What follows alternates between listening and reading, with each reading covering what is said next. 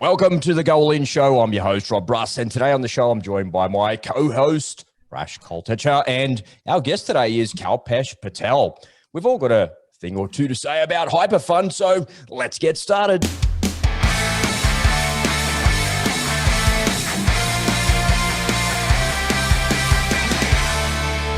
All right, gentlemen, welcome to the show. G'day, Prash. G'day, Kalpesh. How are you today, boys? Wonderful, thank you. Really great. Yeah, the sun is shining.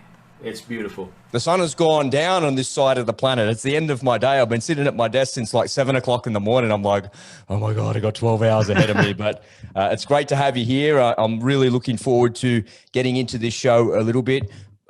Kalpesh, why don't you start off by telling us a little bit about you, because your background is as a speaker and as an entrepreneur. Let's get to know you a little bit before we get into this crazy HyperFund thing. So take it away, mate. What have you got for us? Sure. I mean, a little bit about me. I was born in Africa, raised in England. I came here when I was a year old. And so my stories, I often say, starts 3 generations ago. My grandparents left India to build railways for the British Empire back in the day in Africa. Gosh. And then my parents were born there. I was born there. They met each other, got married. I was born there. And then when I was a year old, Idi Amin was given a little bit of grief in a neighboring country called Uganda. Yeah. And my parents just thought, just in case this spills across the border, maybe it's time we move on. And so up they went again, uprooted, and bang, landed in England. And a real immigrant story of transformation of the trials and tribulations. When we came here in the early 70s, the first time my parents had seen snow because they were in East Africa. They'd seen it on TV, but they didn't know what it was. So they came here, and straight away when they landed, 3 foot of snow. Whoa, what's this? Where have we come? and the story starts there. No money, classic immigrant story. No money in their pocket. They don't speak the language very well. They don't have any academic skills or education. Just hardworking entrepreneurs, and they make a decision to succeed. And so they do. All of them, each and every one of them. My dad's brothers, sisters, my mum's brothers, sisters, all of them came here, and all of them thrived. They all own their own properties, their own businesses. And so for me, growing up, success was normal. It was like, it's just what you do. So it's interesting how then growing up, as I started developing friends in schools and going through the education process, looking around at the stories that other kids had and their parents, and there was no success anywhere to be seen. And I was like, this is weird, like nobody else is successful. So I developed that entrepreneurial eye very early. In fact, when I was 10 years old, my dad bought his first business, and I got it straight away. I'd be up at 5 in the morning. What 10-year-old wakes up at 5 in the morning off their own back just so they can be with dad in the shop and learn about the business? That was me.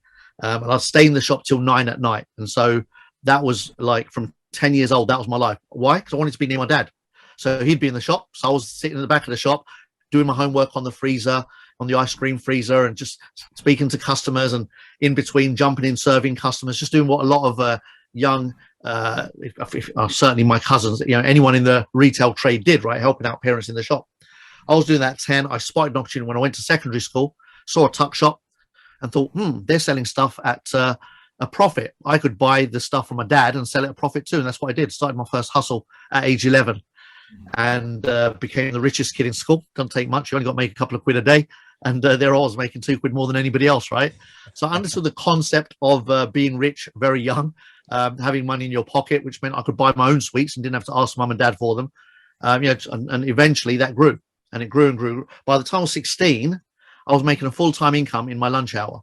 Can you imagine the concept of parents saying, get a good education so you can get a good job? And I'm serving the people that I'm supposed to be being one day, the people with a good job in the city. My shop was in the Barbican. My dad's shop was in the Barbican, which is bang in the city of London, very well-to-do area, suited, booted city workers. And I'm serving them, and I'm looking at them going, I'm making more money than you in an hour that you're doing in a whole day.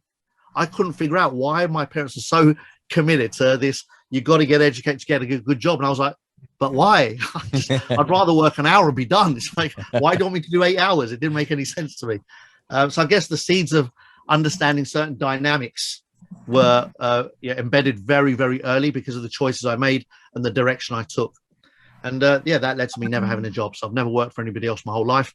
I've always had that entrepreneurial journey and had my own businesses. I got into retail because that's what I knew. Started my first business at 19. Built up a little empire. By the time I was 23, I was the richest kid in the family, if you like. Yeah. Had multiple shops and doing really well. So I kind of went through most of my life really kind of being comfortable with money and making money was not an issue. Then 23 years old, my dad passes away and he was my superhero. So, you know, the guy that I spent my whole life hanging around and learning from and being mentored by, you know, who I looked up to as, wow, one day if I could just be a fraction of who he is, boom, gone. And my life took a whole different turn. Nobody could have predicted that. I went from being out there, social, excited, connected, very, very party loving and family loving and all of that great stuff. I was involved in everything, to completely disengaged. I just switched off to the point that within 6 months, my girlfriend, who I'd been out from 17 to 23, bang, destroyed that within 6 months. Within a year and a half, I went bankrupt. My whole empire fell apart and I was disconnected from my family. I wouldn't go to family functions anymore, wouldn't speak to anyone, just became kind of a recluse. Really bad company. And I drowned my sorrows in alcohol. So I continued the clubbing life, but not like I used to. I wasn't the life and soul of every party. I was now the depressed guy that was always angry and drunk in the party. That went on for 3 years. So that was the toughest time of my life, where I had no answers and no access to anything. And 3 years down the line, I'm 26 years old, and a friend of mine who's really committed to my, if you like, growth and progress said, Kalps, you've got to come to this meeting with me. It's just going to be good for you. I know you. If you come with me, you're going to love it. And I went with her, kicking and screaming, but I showed up, and it was an opportunity meeting. And room full of people, must have been 800 to 1,000 people up in Milton Keynes, middle of the country. And 2 hours in the car driving, I'm just having a right moan. Finally, we get there, walk in the room, and the excitement just gets to me. And I'm like, oh my God, who are these people? They're like I used to be. And there was suddenly a window of, oh my gosh, I'd forgotten who I was. And that opened up. And then I sat through the meeting and conversations and language. It was all my language. Everyone's talking about progress and you can do what you want and be what you want and have what you want. And all these, the language I'd forgotten, which I was preaching before naturally without knowing anything about personal development. That was just my world. And I found my tribe. I was like, oh my gosh, who are you guys? Where have you been for the last 3 years? And whatever's going on here, I'm in. And that was the beginning. That was 25 years ago. Fast forward 25 years, I've done amazing things in this industry. I really took to it like a duck to water. It was my world. And so first 3 years didn't make any money, but I went to every seminar, every presentation, every training I attended, catching flights, booking hotels, whatever it took. So the first 3 years cost me a fortune for zero profit. But as a business person, it didn't matter, because when I bought a business, I was ready to go 2-3 years without a profit anyway. So my mindset, unlike many people that give up because they're not making a little bit of money early, I didn't care. For me, I was investing in me. I was enjoying the seminars. I was enjoying the events. I was enjoying the learning. So I was happy to do that, but there was no real income. It was a couple of grand a month coming in, which I suppose by most people, that's a huge income. But for me, being an entrepreneur, a couple of grand a month was not money. It was like, I would never put that much effort into something for a couple of grand a month. So my purpose of showing up was the personal development. I was just mesmerized by the learning journey. And so because that was my entry into the industry, that became my brand. That became my blueprint. So then the next company I joined, I became the number one, if you like, top rank achiever faster than anyone else in the world. I rocketed through the plan and got to the top in like 90 days. Something was taking normally other people 6 months to a year to do. I just knocked it out in 3 months. And everyone's like, what the hell? Who's this kid? For me, it was just, I'm just doing what I'm doing, right? I'm just like having fun. But the time was right. The education was behind me. Knowledge was there. You know, the opportunity was right. And bang, I just whacked it and boom, off I went. And that was the beginning. That was in 1998 that I had my big success. Well, that doesn't sound like it just happened in 90 days. It sounded like it took you years and years. Three years and 90 days. Yeah, literally right. I love a good immigrant story. I love them. Yes. Here in Australia, the whole country is built on immigration, right? And I do so many podcasts and I talk to so many different people, and I got a couple of different shows. And one of the shows that I have is called the Electricians Co-op. And in the co-op, we're forever talking to small business owners. And sometimes these electrical contracting companies have got like 3 people. Sometimes they've got 30, and sometimes they've got like 300 people. But the common denominator amongst them all is at one point, they were all just apprentice electricians. They were nothing special. They were nothing. Yeah.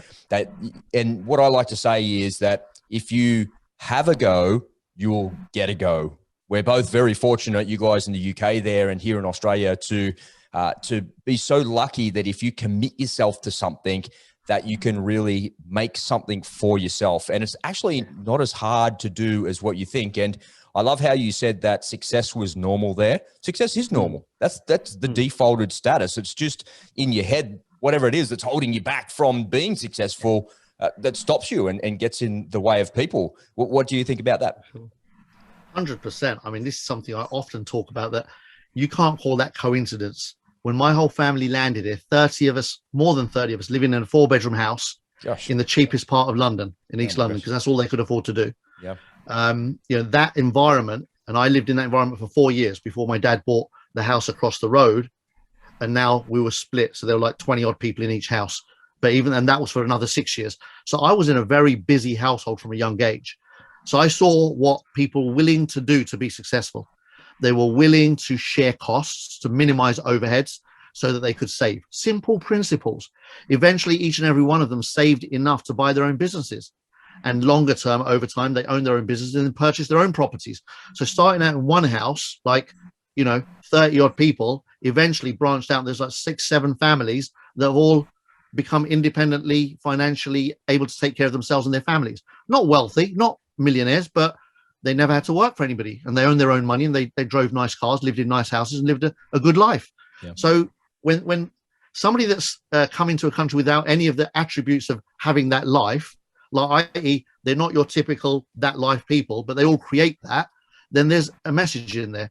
And I'm just blessed that I grew up in that message. For me, it was like I saw it all, worked it all out. Like I said, all subconscious. I'm not going to claim to be some scientific approach to business guy. No, it was just subconsciously built in. And so, yeah, you know, that immigrant story, everyone can learn from that, because it's not exclusive to my family. When you look outside, as you mentioned, it's immigrants tend to do way better than locals in every country on the planet because of the desire to succeed. Most people that are willing to leave everything they know, like we talk of burning bridges. You know, my family for 3 generations burned bridges with their old country. Everything they knew to be normal, everything they knew to be comfortable, they were willing to put all of that aside, get on a ship, go to Africa, leave all of that behind, get on a plane, come to London, you know, in a very racist, harsh environment. But they worked it out. They worked it out. They didn't let that deter them. They didn't become negative because of it. They just water off a duck's back. They just got that was what it was. To, you know, if you wanted to get ahead, you had to put up with a little bit of friction along the way. They didn't mind. Yeah. And they put in the work, and boom, the formula's the same. It works every time. Yeah, and I can totally relate to that. I think that raises such an important point, Kalpish, because obviously, look, you know, you and I are nearly the same age. I think you've got a year on me. And I was right there with you, right, in the 1970s, early 70s, racism, poverty. And I know that, I feel that. But I think you hit on a very good point about privilege. People feel that privilege is a step up, and they use privilege as an excuse because they didn't have it. But actually, we all have privilege.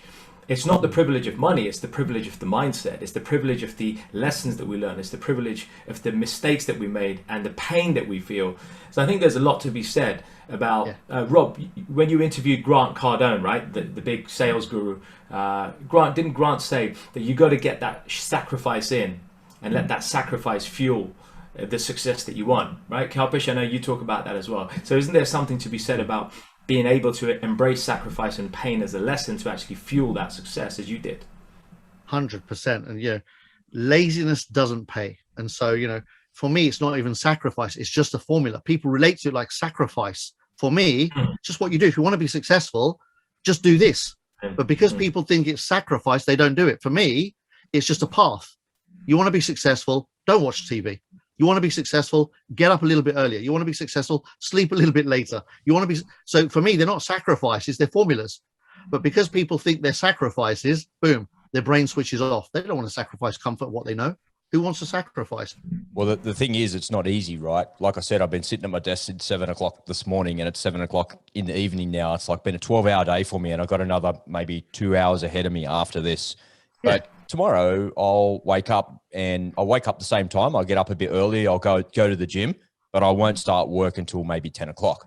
So I'll give myself a little bit of a break on the other side of a big giant day that I've had today. And I try and collect my thoughts. I'll read a book. I'll go and do some things for me and kind of enjoy that process. But, you know, people often say to me, they look at me and they say, oh my God, I wish I could live that lifestyle that you live. And my defaulted answer is, well, you can. Yeah. This is Well, this you is a just life said by something really design. magical. You said it's not easy, and yet what you described sounded really easy. It's not that bad. Like you do 12 hours one day, and then the next day you chill out and do what you want. Like that's way easier than 40, 50 years of having no option but to do exactly the same thing every day. I love totally. that. That is easy. I'd rather do 12 hours hard one day and chill out the next all day for the rest of my life. I guess I never thought of it in that context. The way it's easy because you're choosing, you're choosing to do 12 hours because you enjoy it. So even the 12 hours isn't difficult. Like I often say, if you can find something you love doing, it's not difficult. Then it's not, it's not hard to do it. I can sit here all day long talking to amazing entrepreneurs, sharing amazing stories. What's difficult about that? Nothing. You see? Nothing. Actually, that's actually what I've been doing most of the day, recording podcasts, doing that exact thing. So that's pretty cool. Tell me, Kalpesh, how has COVID affected you and your business over the last 12 months? Because I know it's been a very different experience for you guys in the UK. Here in Australia, COVID doesn't really exist. We've got a bunch of clowns running this country, and they burn the place down, literally burn the place down, and then give everybody a whole bunch of money and get our grandkids to pay for it all. I'm not political or anything, but they are a bunch of clowns, I've got to say. But I watch from afar, and I watch mainstream media, and I watch all sorts of media here in Australia, over there in Europe, and particularly in the UK where you guys are. How has it affected you? Has it affected you, or has it been good for business or bad? Do you know what? I'm so blessed because I sit back and look at the last year, and COVID was, and I know it's been tough for the world. The only negative effect it's had on my life is the ability to travel freely and be out and about freely, right? No more speaking gigs. In terms of business, it's absolutely been the best thing that ever could have happened. Nice. Because all of a sudden, the story I've been telling everyone for 25 years has come true. Because for 25 years, I tell people, what if the life you know suddenly dropped off a cliff? Yeah. What if you lost your job tomorrow? What if something happened that you couldn't predict? What are you doing to protect yourself from an unpredictable event in your life? And nobody could relate because in their head, whatever they're doing is forever. And all of a sudden, what COVID has done is brought to life the very conversation I've been having with people for 25 years, that what if, and boom, all of a sudden, everything's at threat. Economies are crumbling. When you switch the economy off for a year, there's a consequence. We haven't paid the price yet, but at some point, the Band-Aid will come off. At some point, and it's only a matter of time, the impact of zero GDP on a global scale is only going to hit the smallest people first, and repossessions are going to come in abundance. People not being able to, when furlough, we've got this thing called furlough over here where everyone gets paid for sitting at home. That gives you the illusion of everything's okay. No, that's money you're going to have to pay for. Like you said, either you or your kids, somebody's going to pay. It's just, you don't just make money for free. There's a consequence and a price. So the illusion of, it's not been too bad, complete and utter trash. Because there's going to be a price to pay this time so big that nobody's talking about it right now. But during that time, everyone's been at home, so nobody's got an excuse not to have a look at something else. They're not doing anything, no excuse not to look. And for the first time, they're actually threatened with, your company may not survive this. And I get that the government's paying you now to keep you going, but at the end of that journey, how long is the government going to do that? At some point that stops, boom, reality kicks in. Is your company still going to be alive? And if it's not, what are you going to be doing? Are you going to jump off the cliff, or are you going to have done a U-turn and create a new direction for yourself? So it's become easier to have that conversation now. So in the industry that I'm in, it's been a blessing. It's like, wow, we've got huge attention of masses for the first time in history. I love it. Nice. Yeah, it's lovely that people are actually pivoting. People are now beginning to think, what you've been saying for 25 years. Rob, I mean, look, you come from a military background. You spent all these years in the armed forces. You've been a serial entrepreneur for yourself for 18 years. I was a corporate guy for nearly 30 years. I did corporate. I didn't see any other way. I was like this. Kalpesh, I even remember you telling me, Prash, think of other stuff. Diversify your income. Find other streams of income, right? MSI, multiple. I didn't do it, but now COVID forces people to pivot. It wants people to go and look, and it favors people who take the chance and who take the risk, right? Absolutely. Yeah, totally. The way that I describe that, gentlemen, is I say that COVID has forced people to actually take control of their life and their finances. And for people out there with a job, you suddenly feel really vulnerable. I felt vulnerable with my own business, and I don't have a job. I'm relying, but then all of a sudden my customers went away for like maybe 3 months. And then I was like, what am I going to do? But then that was a pretty scary time. And I sat down to actually write a book because I had a bit of space and time, and I had a bit of space and a bit of runway in my bank account. It's like, that's all right. They're right. This is not going to go on forever. And if it turns into the zombie apocalypse, it'll be fine anyway, you know, like, but it never did. Unfortunately, I was kind of hoping you got two guns inside the cupboard there, right? You still I was trying to make sure that, you know, I was positioned. And Carvish, you got the machete that you brought over from Kenya. It's ready, man. It's ready. It's locked. Come on, zombies. But, you know, I think that's a nice segue actually to start talking about HyperFund. And, you know, Prash was the one that introduced this to me just a couple of months ago, and he'd been in it for a few months and really not given it too much attention, only because he'd had other things going on with low traffic networks and all sorts of crazy political clowns. There's clowns over there as there is over here as well, by the sound of it, doing silly things. But, you know, one of the things that HyperFund has done for me just in the last couple of months is it's given me back a little bit more control financially. And it's reminded me actually, because I've been lazy. I've been lazy because business has been good. And when things are good, it just feels like it's never going to go away. But it literally did go away. It completely stopped. The two businesses that I have, the other business that I have with my partner is a wedding photography business. And so when COVID started, that just kind of went poof and disappeared. Yeah. And all the speaking gigs that I had lined up last year just poof, disappeared. All the clients I had went away. And I was just scratching my head, wondering what was going to happen. And really what I did, I was just buying my time is what I was doing. And I was looking down and in at all the things that were going wrong. And I should have been looking up and out at all the other opportunities that were there. And that took me a couple of months to get there. So when Prash kind of showed me this just a few months ago, I decided straight away that if he says it's good, I trust him. He's done all the due diligence. I know what he's like. I just couldn't be bothered reading or watching or doing anything like that. So I figured I'd do my due diligence as I go. So I dived in, I got started, and that's kind of been my journey. It's been Let's go all in, mate.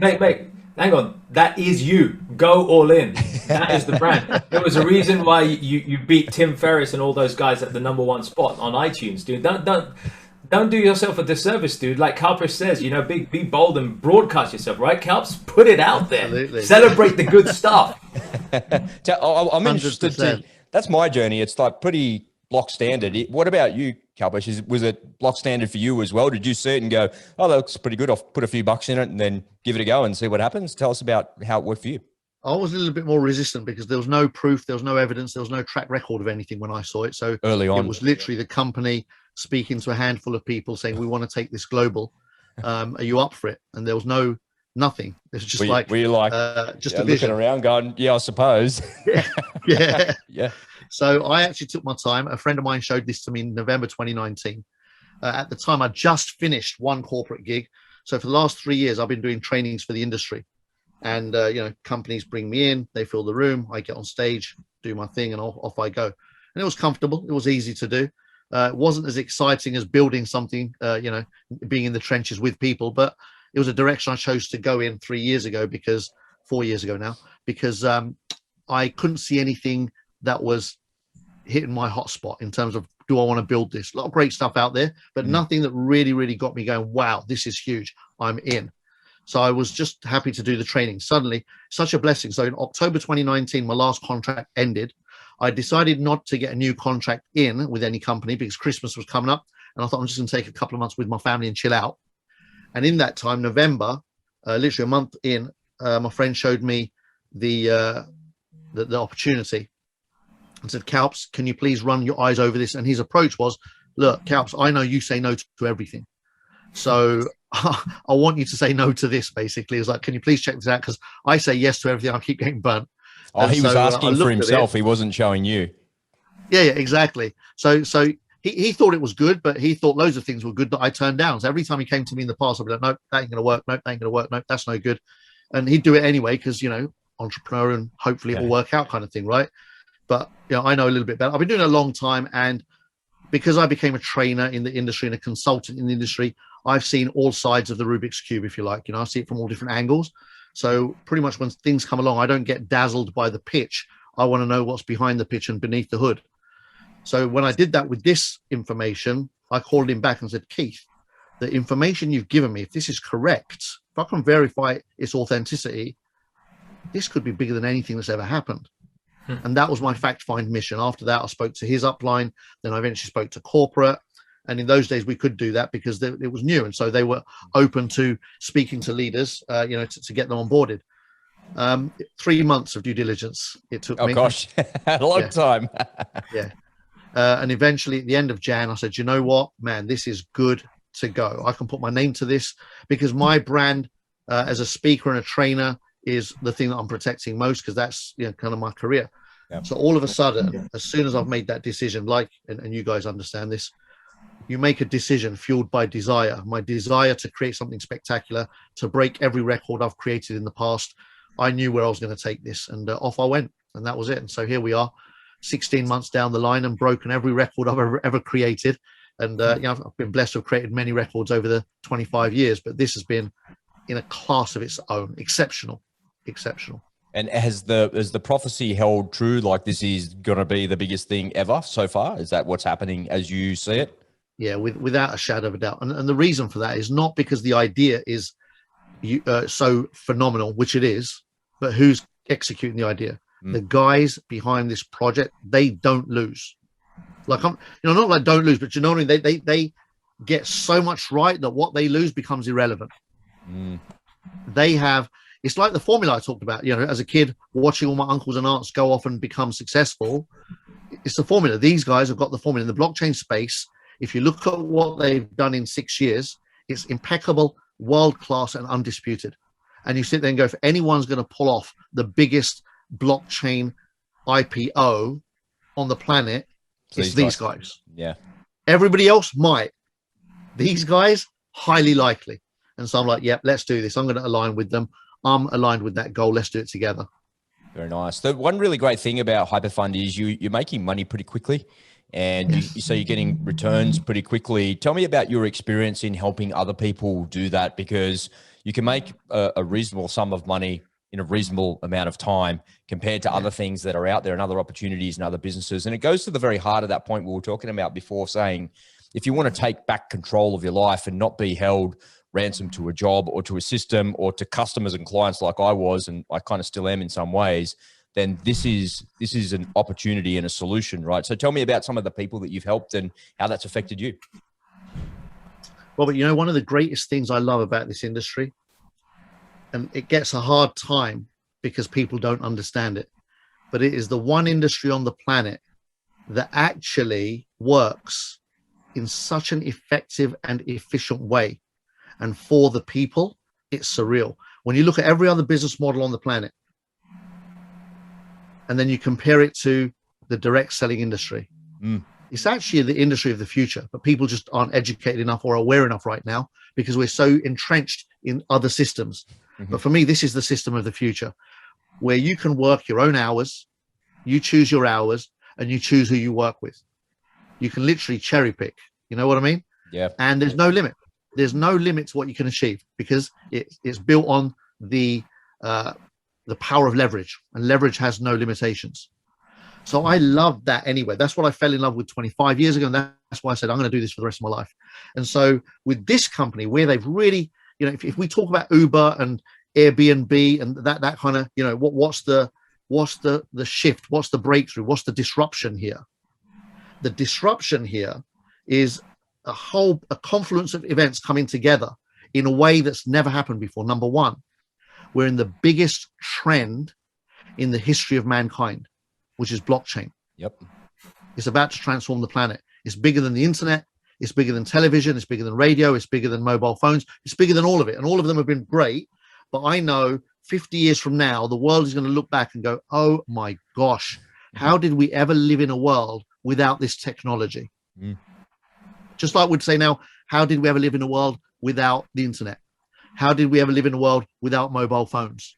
This is that happening right now. We're in the middle of it right now. So number one, the fact that the biggest trend of all time is right in our midst. Number two, the biggest company inside of that biggest trend is our partner. they've decided out of the blue to partner with the people. Oh my gosh, which multi-billion-dollar company ever did that till now? Nobody. They kept it all to themselves. Yep. We built all of them. We built WhatsApp, we built Facebook, we built Airbnb. We built all of those businesses, right? Word of mouth. We all told each other how great those products and services and offerings were. What did we get out of it? Zero. Nothing. Nada. Yeah. And suddenly a guy comes along and he could keep it all for himself. He's the #1 guy in the world with it all. He's behind everything that's worth being behind. He could have continued down that path, but he switched on. He's, you know, when you start listening to this guy, he's just switched on and he gets it. We're in a new time now. So he's like, listen, the best way forward is to partner with the public, bring them on side.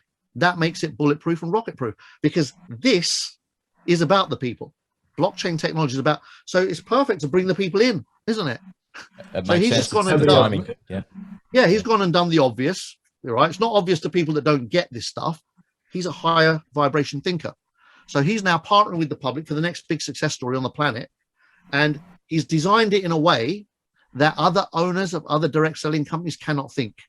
Because every other owner of every other direct selling company on the planet launches a direct selling company to make money from that company. That is their business.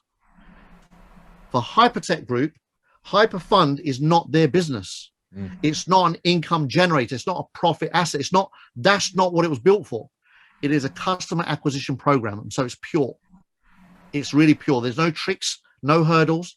There's no hoops to get through, no crocodile pools to swim past, no fires to walk across, nothing. There's no qualifications and hidden agenda. It's a pure plan. So anyone that knows plans, when you study this, it's ridiculously simple and straightforward. And every single person that says yes, within 24 hours is receiving rewards, which means nobody loses, which means their mindset on day one is, wow, I'm a rock star. I just joined and 24 hours later, I made money. Now you become invincible when you're talking to people. In every other company you've joined and you're hoping you're going to make money.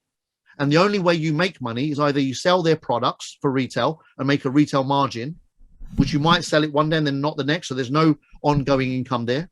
Or you build a team. So you start recruiting people. Again, people struggle with that because they don't have communication skills. They lack confidence. They lack belief, all that stuff, right? That gets in the way of them doing all of that. Here, you've done nothing. You've joined. And all of a sudden, the next day, you're a rock star. You're a success story. You're already winning. With or without selling anything, with or without telling anybody, you've won. So now it automatically makes it easier to speak to people anyway. Because whether they say yes or no doesn't matter, because you're making money anyway. So what? So what if my brother says X, Y, Z? Guess what? I still get paid tomorrow. Yeah, it doesn't matter. Shifts the game. And so there's zero attrition, no revolving doors, nobody leaving, nobody canceling, none of that. Everyone that's in is locked in and staying. What a dream. Why would you get out is my question. Say that again? Why would you get out? Yeah, there's nothing to get out for. Yep. You're getting paid every day. Exactly. Yeah. Well, I think this, you know, you touch on an important point here, right, Kalpesh? The obvious thing that people say, and when we're sharing the opportunity or others are telling people, right, the obvious thing is it's too good to be true, right? And we know in life, most things are too good to be true. And yet here we find ourselves in a position, all of us who are in hyper, realizing or slowly realizing that actually this might be the exception to the rule. This might be the one thing that is actually that good and it's that true.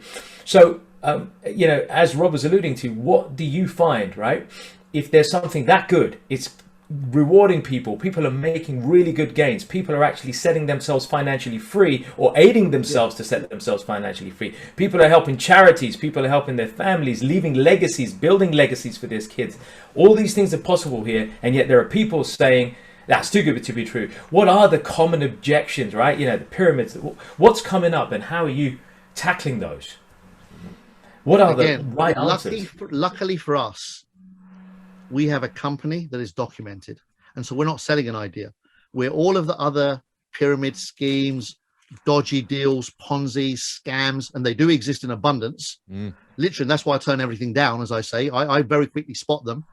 Most people don't, unfortunately, because they're looking through eyes of desperation, fear, greed, all of those mechanisms of operating. And so they make decisions that anyone with a little bit of insight and foresight wouldn't make. Luckily, touch wood, I've got enough experience to kind of not make those kind of decisions. And so when I look at this, and that's why I'm excited about it, it's the first time it's happened. Even the companies I've worked with in the past, as great as they've been, they've always had a higher risk because it's an owner that makes money from the model. And if the model's not making money, they'll shut it down or disappear. Or if it makes too much money and they've never seen that kind of money before, they run away with the money. It's open to all sorts of flaws. Here, none of that exists. First of all, these guys have got more money than anyone you'll ever meet.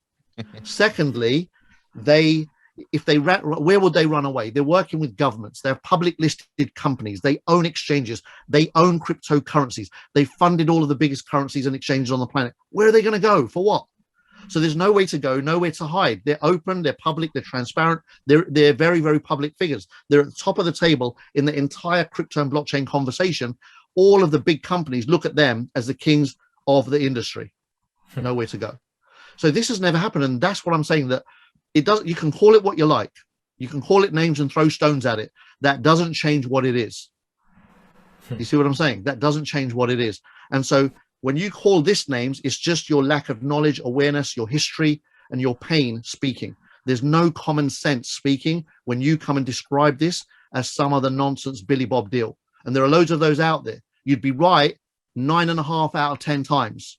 But here, you would be so wrong. And the only reason that you would tarnish this with the same brush as the nonsense out there is because you couldn't be bothered to do the due diligence.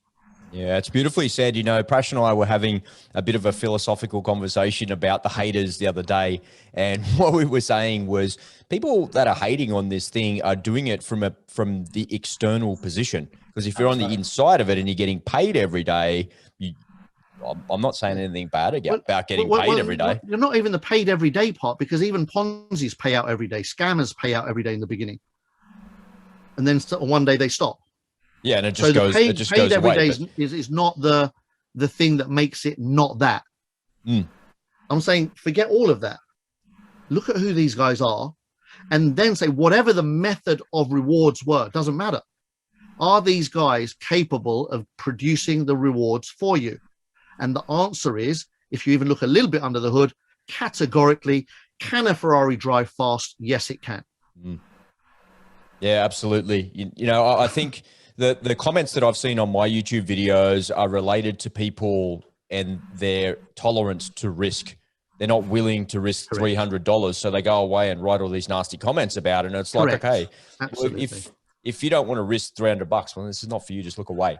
And it's often those guys. They're not entrepreneurs anyway in the first place. So you know, they're people that will. That's just what they do. And so most of these people, like I said, and you pointed out as well, they're looking at something from the outside and making a judgment without doing any due diligence. And you know, fair enough. That's their choice. They have every right to do that. People ignored every great opportunity on the planet at some point. And that's what I say another one of those moments. I don't delete those comments. I leave them right there because absolutely, it adds value to the conversation because it gets people to think about what's actually going on, and it shows both sides of the story. And it's not for me to censor somebody's opinion. It's important, exactly. Either as well. Kalpas, just moving on from that, there's some great things that are happening here with this company. Can you maybe just give us a little bit of a look into your version of your future about where you think this is going to go and where it's going for you and what you think is going to happen? Yeah, I'd love to. Listen, I've been blessed to have seen this from the very, very earlier days. And so it's evolved so much since we saw it. When we saw it, it was only $1,000 option to get in. So the little guys that complain and make all the noise didn't have a choice. And anyone that was coming in, if they're going to part with $1,000, they did a little bit more homework than lazy people do. So I don't know, maybe the $300 was a mistake, right? Because that's when you attract the people that start throwing stones at something without looking at it. But you know, it's $1,000 to get in. If you had an Android, you could get in. If you had an iPhone or a laptop, you couldn't get in. There was no website. It was only an Android app. Yeah. So there were barriers, right? So we built in those early days, and the rest has evolved over time, right? These guys are different in every single thing that they do. Everything they've said they're going to deliver, they've delivered so far. They've never oversold anything or overhyped anything or overpromised anything. They've got history. So everything that they put on the table already exists. And then there's future projects. But I was blessed enough to meet Ryan Zhu, our founder, just 4 months ago in Dubai. We were invited to dinner with the CEO and the marketing team. Ryan Zhu gave us a surprise visit, and I got to spend the evening talking and myself and a couple of other big leaders in the company sat on a table and just chilled out and talked. And I was cheeky enough to grab my camera and record a moment. So I grabbed a few minutes of footage with Ryan sharing his kind of insights and vision. And he was very clear. Some of the things he said that evening, this will be the first direct selling company in the world that will create billionaires. Now, that's not going to be from the pay plan. That's going to be from the opportunities within the company.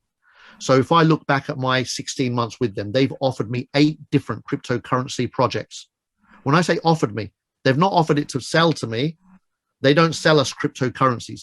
They tell us about projects they think have a future.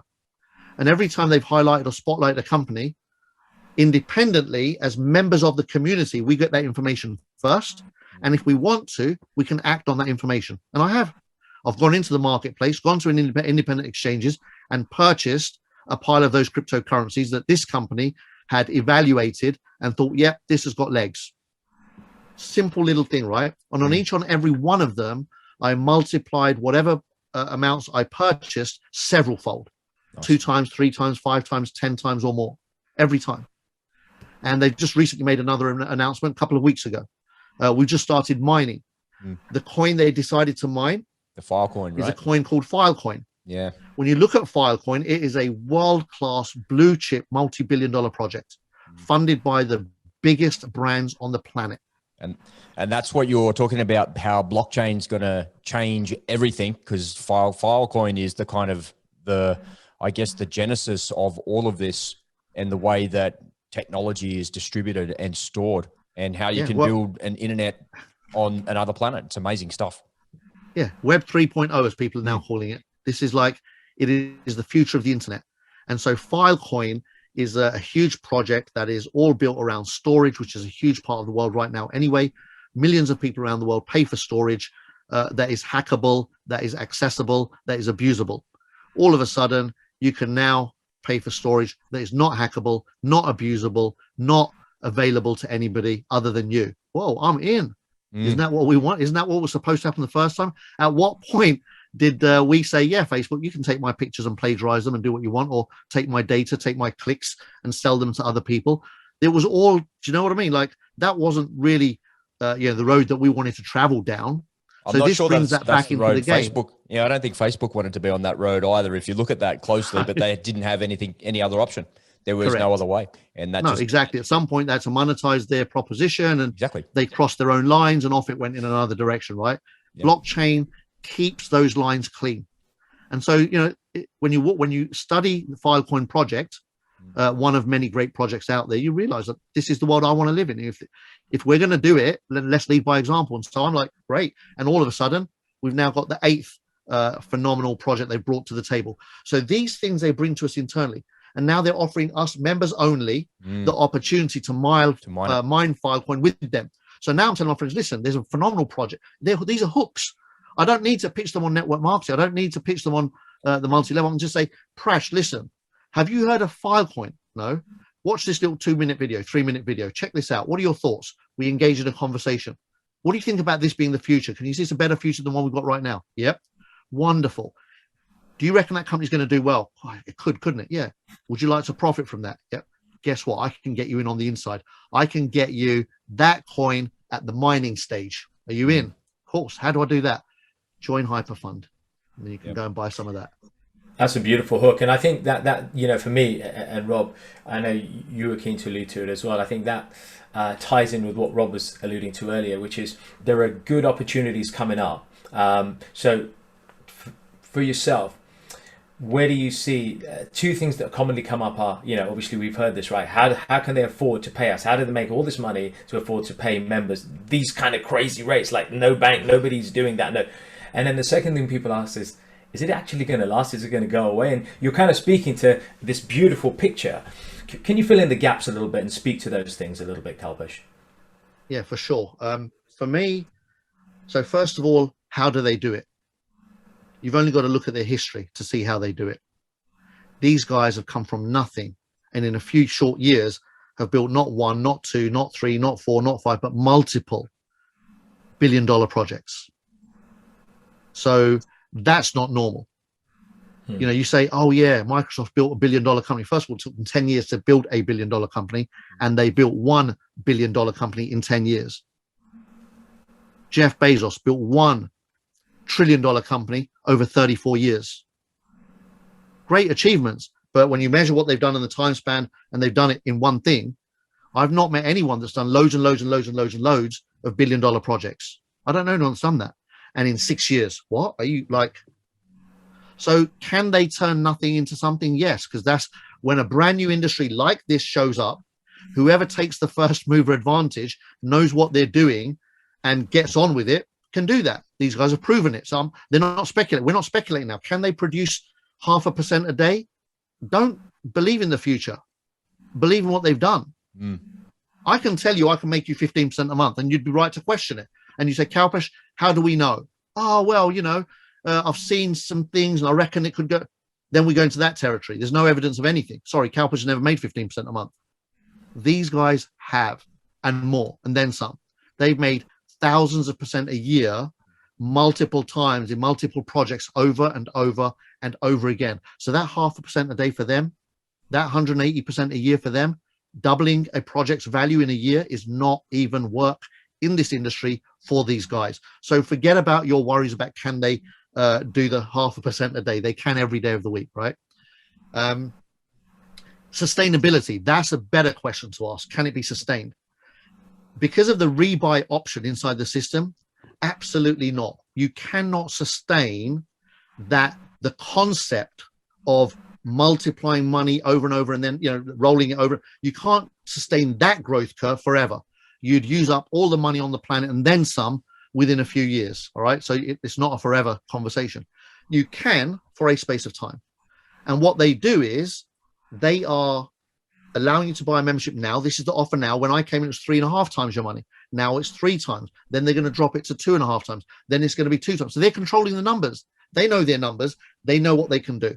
They know what obligations they can meet. They're never going to commit to something that they can't deliver. They are not going to mess up their phenomenal track record, history, positioning, and their future for some stupid mistake in a network marketing opportunity that only had one purpose for them: bring us 30 million customers, and together as a community, we will all benefit from a multi-billion-dollar IPO. That's their promise. Their promise is not that we're going to get you 15% minimum every month for the rest of your life. That would be delusional to think that's what they're offering.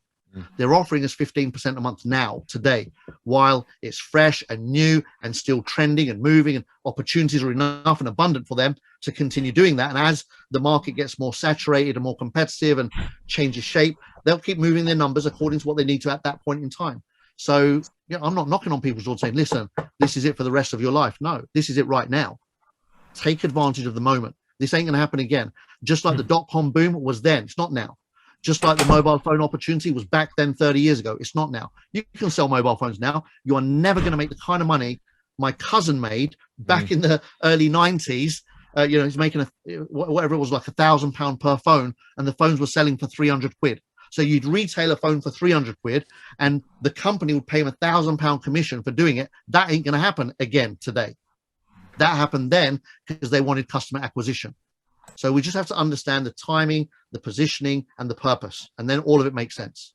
Yeah, I love it. I think you articulate that beautifully, and I like to sum that up by saying sometimes things look too good to be true, but I kind of think that's a glass half empty. I prefer to say right place, right time.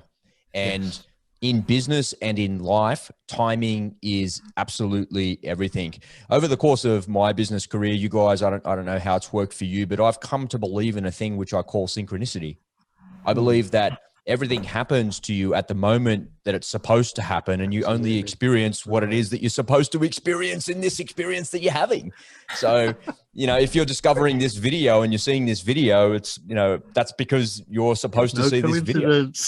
Yeah, you know that there's no coincidence here. Synchronicity, bro. Boys. Synchronicity. Bro, you know, Rob, you know, we started our podcast careers, you know, together, right? 3 years ago, right? A couple of years ago.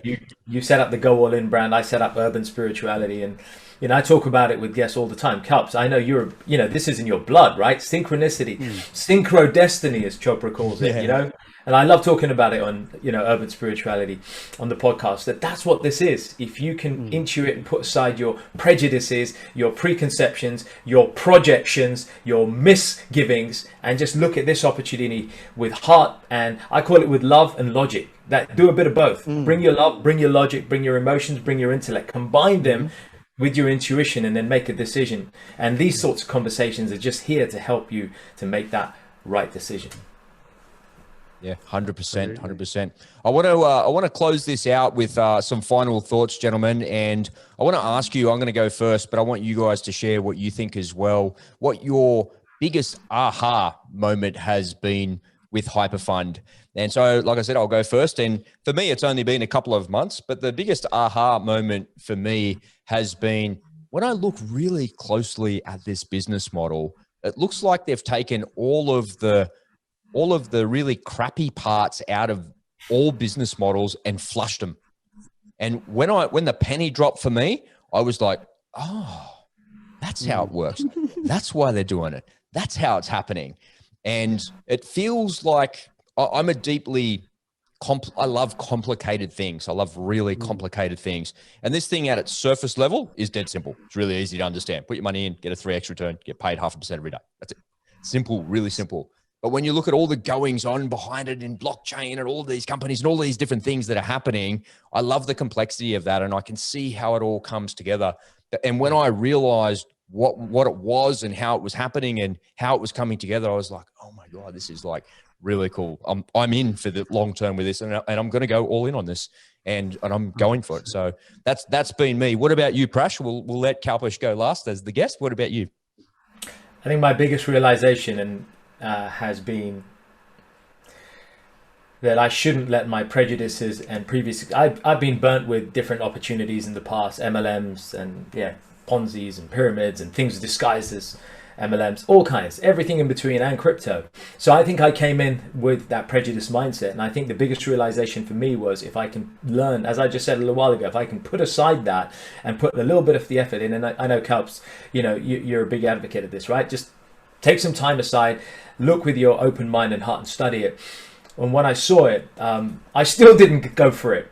So the biggest aha for me was, sometimes you got to take a risk. Don't make a $300 or $1,000 decision stop you from the potentially biggest opportunity you'll see in this lifetime. Don't let it stop you. $300 or $1,000 for most people, not everyone, but for most. And I think when I sold it to myself that way, I recalibrated the risk.